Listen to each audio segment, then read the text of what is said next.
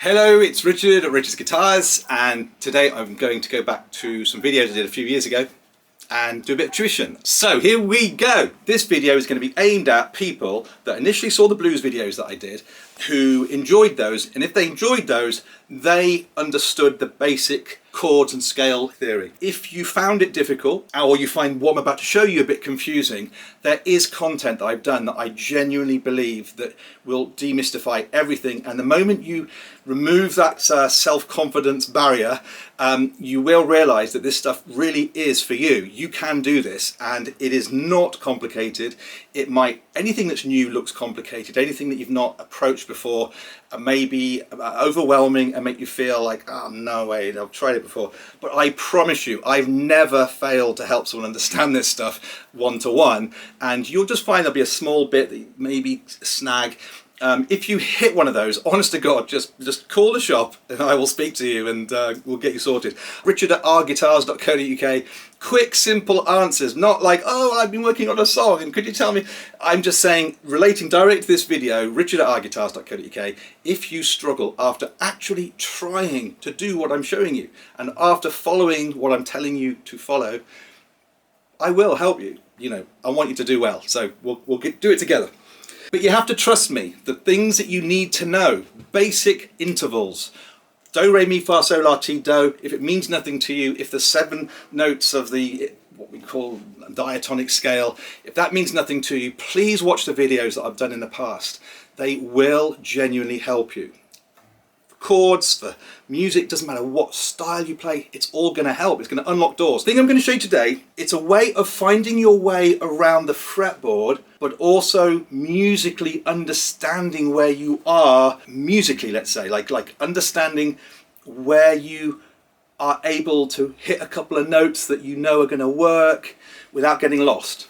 Okay, so it's kind of like demystifying. If there's a big foggy blanket, it's kind of like lifting a bit of the mist and helping you see a bit clearer on the fretboard musically.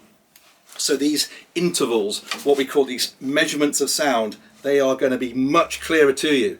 We know that a basic chord is built up of a root, third and a fifth. Root, 3, 5. So you should be able to look at your guitar and go, right, I can put my fingers on a root, 3, 5.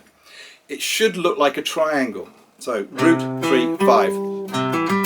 That is a triangle, that is a triangular shape. Pointy bit there, bit at the bottom there. I don't know what kind of triangle. My son would be able to tell me, he's good at geometry. So shall we, it's not isosceles. Do isosceles have, I think they have two of the straight lines? Two the same length? So is it it's a funny shaped triangle. So that's that, funny shaped triangle. Once we know a root, 3 and a 5, we know that that is the sound of the happy chord. Root, 3, 5. Happy chords are major chords. It's called a major chord because it's got a major third. Root 3, 5. I've shown you in the past, years ago actually, it was a really old video and I should do a newer version of it, ways of finding your way around the fretboard. I'll put a diagram up.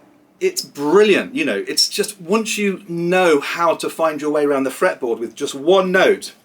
Okay, it uses a really basic formula of 2 by 2, 3 by 3, 5 by 1.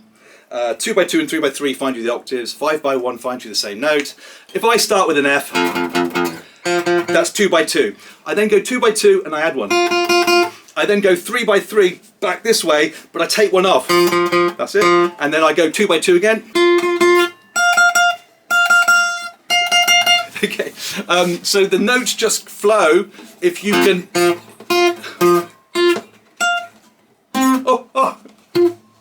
So the notes just kind of jump out badly in my case.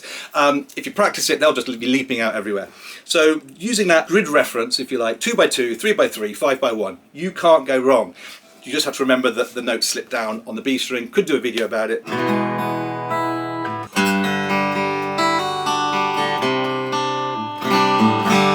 Beautiful. OMG, Sadovana, mahogany.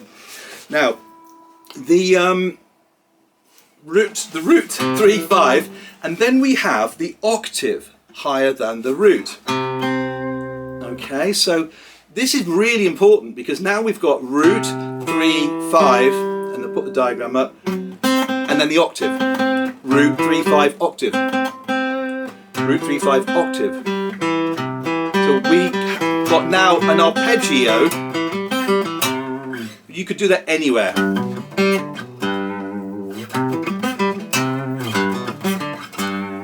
Root, 3, 5, octave. Now this is really, really important. So this is the really important bit here.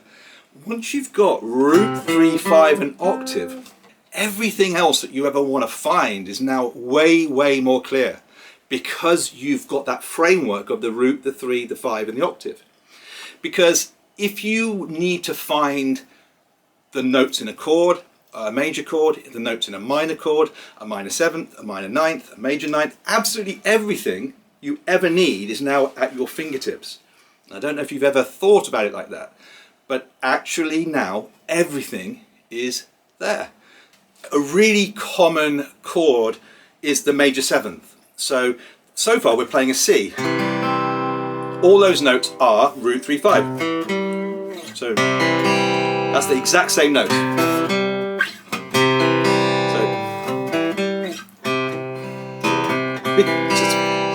See how little I've been practicing. So, okay, so that's the root 3 and the 5. And if we were to go an octave, so it's all the same notes, 3 notes, 1, 3 and a 5. If we wanted to play a major 7th, then if we were playing it in the open position, it would be here. So this is a lovely movement. C major 7th. If you've never done that before, it's a common movement.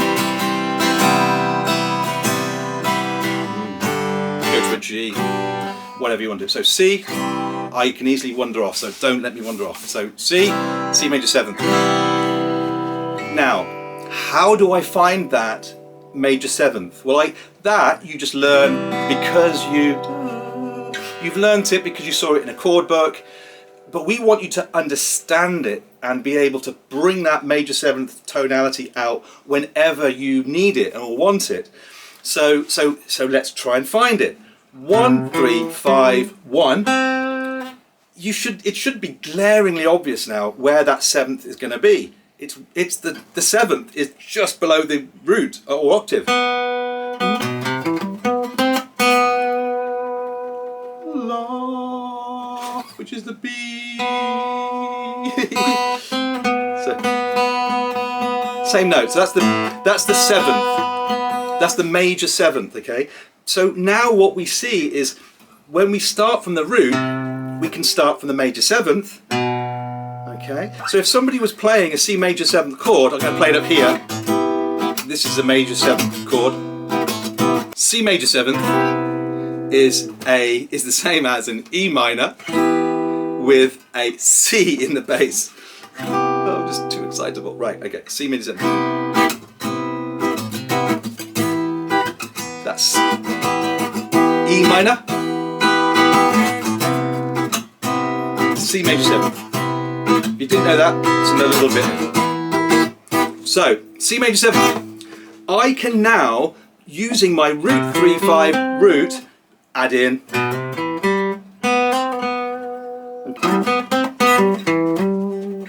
Okay. But more importantly, because I'm not wanting to show you absolutely specific lead or chord styles here, I want to give you tools that help you understand and unlock things. So what we've got is root, 3, 5, root. So now we've got major 7th, root, 3, 5, major 7th, root. And now we can, because everything is an octave higher, we can repeat that up here. Right, so we can find my way around the fretboard. Yeah, I could do that. Or, let's say for example, I want to find a C minor chord or C minor 7th. Okay, well, by having a basic knowledge of chord scale knowledge, we know that a minor 7th, again, it's all in the stuff I've shown you before, a minor 7th will be a minor chord with a minor 7th. Don't want to get too too complicated here, but it's a root, minor third, fifth, minor seventh. So all that's happening now is the two notes are dropping down. The major becomes minor and the seventh becomes minor, okay?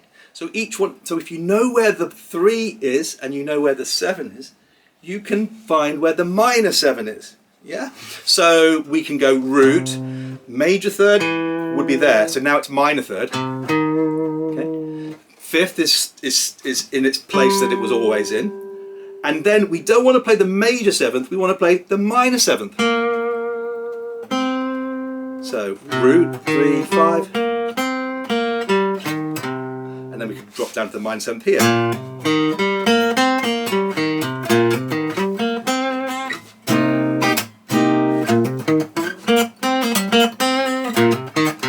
Almost now into minor pentatonic. Root, 3, 4, because if you know where the 5 is, and you know where the flat 5 is, then so you know where the 4 is. We know where the 3 is because that's where we started. We know where the minor third is because that's the one we just flattened to make it, okay, yeah? So what we're doing is here is a C minor 7th chord, okay? So we started with the knowledge of a C major chord. We go, yeah, no C major chord. But who would have thought that by showing you a root 3 and 5 of C major, I could so quickly introduce to you the C minor pentatonic scale by shifting down the major third of the major chord to the minor. So that's root, minor third. There's a 4th in there because that's just in the minor pentatonic. The 5th is the one that we already had at the beginning. The minor 7th is the one that we dropped down from the major 7th. Yeah, and we're back to the root. I just find this stuff, so enlightening and exciting, and it doesn't matter what I try and show you, it will just, something else will lead to something else, and without getting too kind of like deep into this, that is kind of like how my life is. Everything just flows from one thing into the next thing. I can't stop it. It's all interlinked. We are all connected, and everything is connected. It clearly is. All I'm doing here is really basic stuff. Root, major third 5, root 3, 5. This is what I want. You go, Rich, what do you actually want? What do you want me to take away from that? He said so much. We know there's a shape, root 3, 5. That is a triad type thing, 3 notes. And we know that if we go up an octave, we can either go octave higher, 2 by 2 from the root, or we can, that's one way of thinking of where the root is, or the octave of the root, or we can go, it's underneath the 5th. The 5th root, 5th root. It's underneath, directly underneath. So if you ever want to think 5th to root, you can either think of that as 1 to 4 or 5 to root. That's a little bit more mind-bending. We will talk about that. We'll talk all, because this is what I love to show people. It's like fun theory. Theory is fun. Right, root 3, 5, root. Root 3, 5, octave. And then it starts again, root 3, 5. Now, I can't do that note. That note there, it has to slip down one, right? And then it carries on. So it slips up one because of that string. The one, it's a real pain in the backside, but it's the one string that shifts everything down by an extra fret. So you have to not get caught out by that. Went from C major triad to showing you how that can evolve into the C minor pentatonic scale. If we wanted to find the C major pentatonic scale, it would be equally as easy, because the C major pentatonic scale, penta 5, is 1, 2, major third, 5th and 6th. So it's 1, 2, major third, 5th. So look how easy that is. Root, we know root 3, 5. If you want to do major pentatonics, right? You know when you see all these books and they tell you about all these different shapes and you're going, oh, okay, I'll learn that. But you've learned it, but you've got no idea why that shape is there, potentially. Some people don't. Some people don't learn the shapes at all. They just stick in one shape forever because they're scared. The reason they do that, by the way, is it's all about kind of positive reinforcement. We don't like to go backwards. We like to think, I think it's a human thing, that you want to always feel like you're progressing. So what we tend to do is we learn the minor pentatonic, we learn the minor pentatonic, and then we put some backing tracks on, and then you go, oh, hey,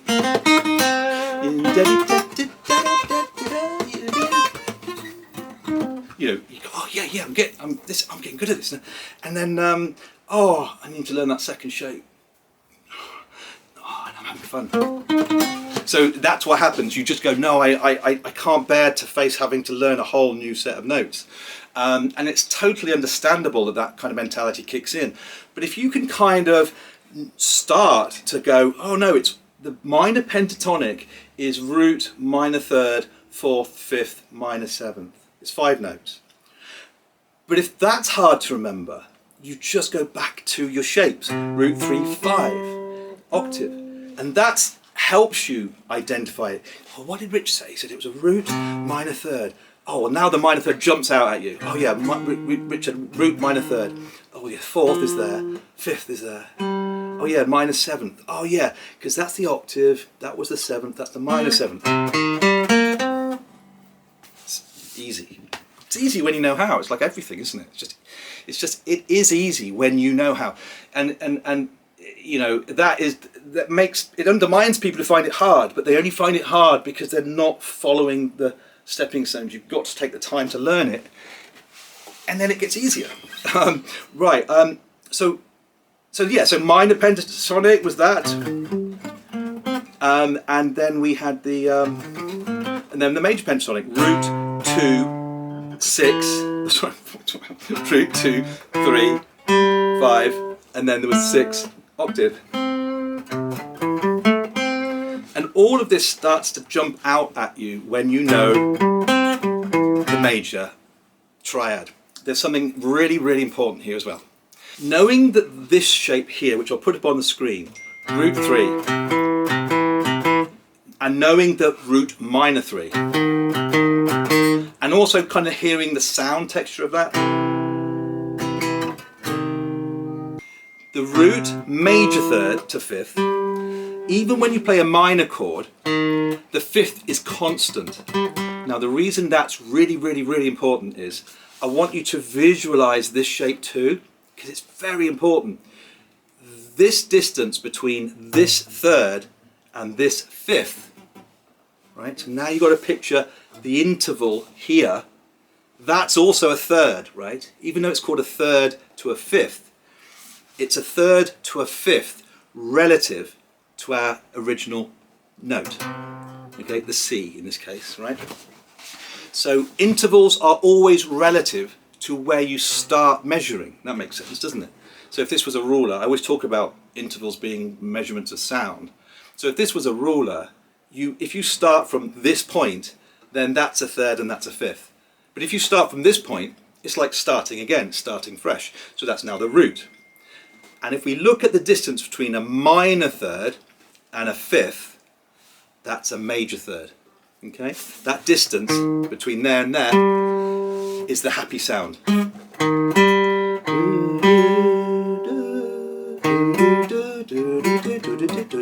That would be our major chord again. And if we go down one, that's the minor chord. So this note, which just happens to be whatever it is, D sharp to F sharp, is a minor third. Okay, so if you're ever playing D sharp minor, those would be your 2 notes. But as long as you heard the tonality and you knew their interval, 2, 3, 5, that is now a D sharp minor chord. Believe it or not. So, and the reason why I know the fifth is there is because remember my little triangle I did before. Down here, root 3, 5. It's a fifth, right? So if I'm looking for root minor third, root minor third, and I'm thinking, oh, where's the fifth? I know where the fifth is because the fifth is always there. Our rock chord, power chords, they're called fifth chords, aren't they? So, bit that I want you to take away from that particular juncture is when I'm visualizing a root 3 and a fifth, a root major third and a fifth. If I keep the third a major, the distance between the third and the fifth is a minor third. It's It's really important to get your head around this, because I'm going to show you why. I'm going to show you a proof of the pudding kind of thing. So this is kind of the bit I want you to remember. Root 3/5 is the same as going up a major third and then going up a minor third from the third to the fifth. Okay? Just trust me, that's so important that you remember that. You could also remember a little one, which is the fifth to the root is a fourth. Okay, so the fifth to the root is a fourth. Okay, so when you do two fingers stuck together like this, you could either say, yeah, that's a root to fourth, or it's a fifth to a root. So what you need to remember is major third, minor third, and that is the same as going root minor third, major third, minor third, major third, minor third, major third, minor third. And if you can remember that major chords are root, major third, minor third, and minor chords are root, minor third, major third, and you can visualize that in your head, the two different triangles that you create. You're creating major third triangle, minor third triangle, because we dropped the minor third down. You now can start having some fun and games, because if we go root, minor third, and we know we've got to go to a major third, well, guess where the major third is? Look, because we know that major thirds are always triangular. They're always just one down. So we go root, minor third. Now we want to go up a major third. So why go all the way down there to a major third if we can go up a major third to there? I can develop something very quickly based on just whatever I want to express, connected to the knowledge of how to get there, how to find it. Have a look at finding your way around the fretboard, messing around with scales if you know the major scale. Try and think about the root to third to fifth, exploring thirds to fifths across different strings. So we go root 3, 5. I mean, for example, there, that's the fifth, right? Well, after the 5, we want to find a root, okay? So we know that the root is straight below, just below it was here. Look. Root 3, 5, root. Root 3, 5, root. So now we can go 3, 5, root. Okay, so if we're sticking with the major theme now, 3, 5, root 3, 5. So I hope you enjoyed that. If you're confused, let me know. If it was of any value, let me know. Tell me what you do with it, what you've been able to mess around with. Because in theory, there's your entire world is your oyster by learning this kind of stuff. I can't tell you more strongly. So see how you get on. Okay, see you later. Bye bye. Bye. See you soon.